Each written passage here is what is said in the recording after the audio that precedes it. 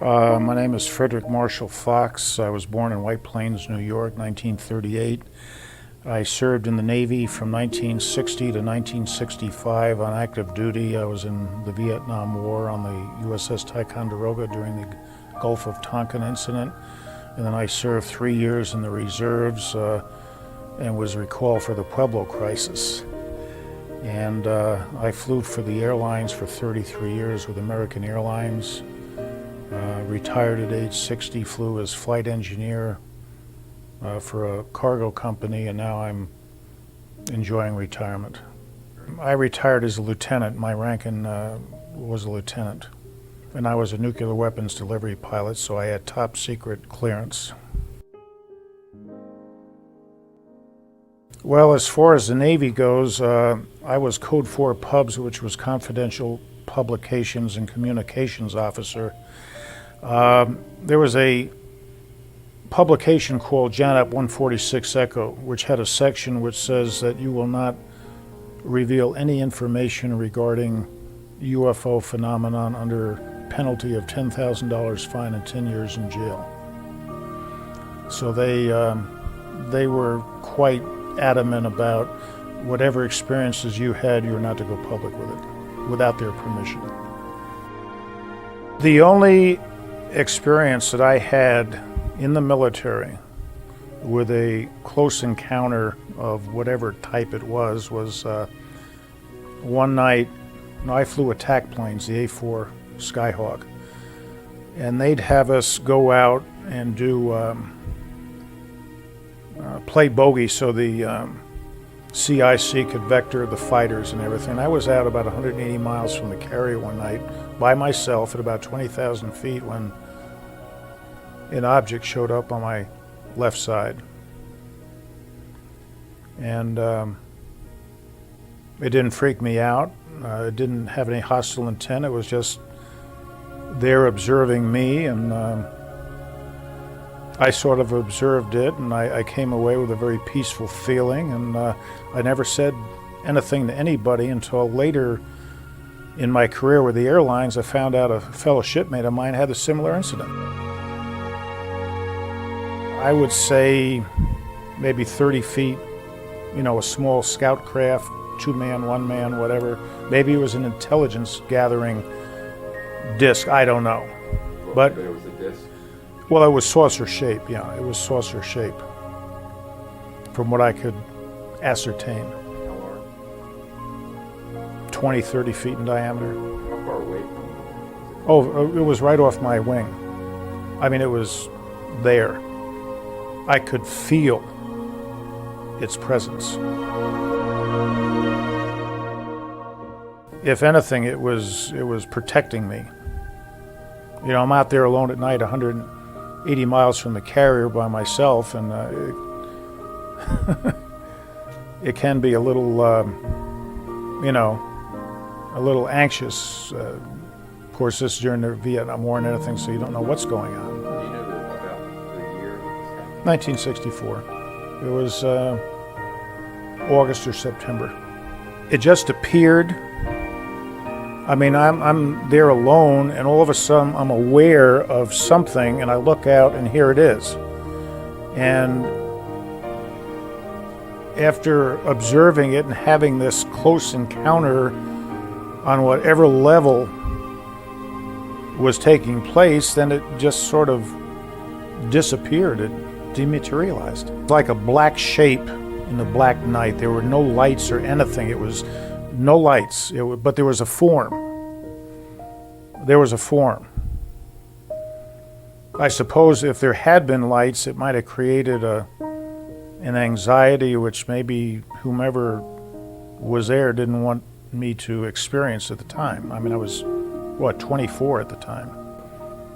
There were events over the course of my career where I observed classic saucer-shaped, cigar-shaped objects, places over military installations, White Sands, Albuquerque. The subject never came up with air traffic control. In any event, I would never have opened my mouth because they were I think there was a Captain Pete Killian that's written about in some of the UFO books that was a captain with American Airlines back in the 50s that evidently had a sighting and testified before the Senate committees. And then there was another captain that actually took a photograph of one off his wings, and of course they were subject to ridicule and everything, and I didn't want to go that direction, so I never reported anything to FAA or the military. A lot of pilots just didn't want to get involved in this because of peer pressure and ridicule, and the secret has been kept.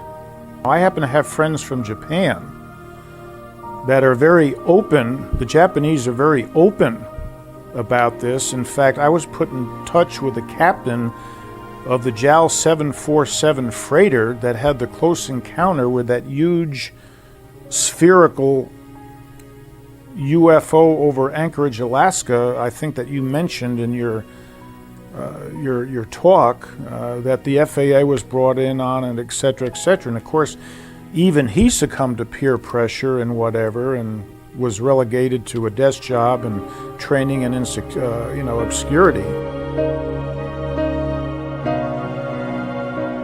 I had more sightings in the airlines than I did in the military. I had the one episode, the one encounter over in Vietnam, and that was the only sighting and anything I ever had that I'm aware of. Okay? Most of my other sightings took place either at night. Now, I will mention one sighting that took place in January back in the late 60s. I was flying a night freighter 74 from LA to Kennedy, and it was a crystal clear night. There was a partial moon so you could see, and I was sitting in the right seat, and I saw two lights, red lights, singular non-blinking red lights, like they were flying in formation. I saw them out to my front right, and I watched, and this was about 30 degrees off my horizon, and I'm flying at 37,000 feet, so they're up pretty high. And they went from the eastern horizon to the western horizon in about 3 seconds. That's a pretty, what they were, I have no idea. In 1978, a friend of mine by the name of F. Lee Spiegel, who worked for one of the major radio networks in New York, evidently found out through information he received aboard one of our flights that I was particularly interested in the UFO phenomenon, and I was contacted and asked to be a representative of the airlines at the Symposium for the Peaceful Uses of Outer Space at the United Nations in November of 1978. I have a very personal friend that was a B-24 pilot during World War II that got into OSS. And he was one of the first people into Japan after the atomic bomb was dropped on Hiroshima and Nagasaki. He ended up on Project Blue Book, Section 13, which I believe was the top secret portion of that investigation. At the time, he was a captain in the Air Force. He's in his late 70s now, and he's still being carried on active duty as a captain.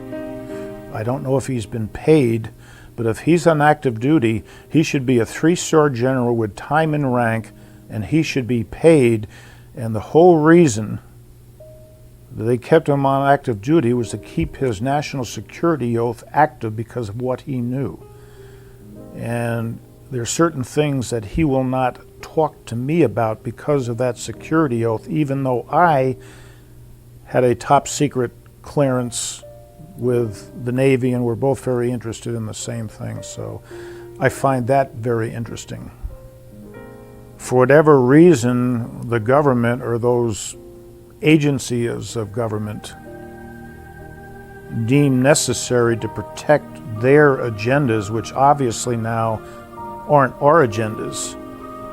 And based on the information that you gave us here at this symposium, I think it's time for us to act to end this charade and to take whatever steps are necessary to ensure that the human race evolves properly and, can enjoy the fruits of that evolution.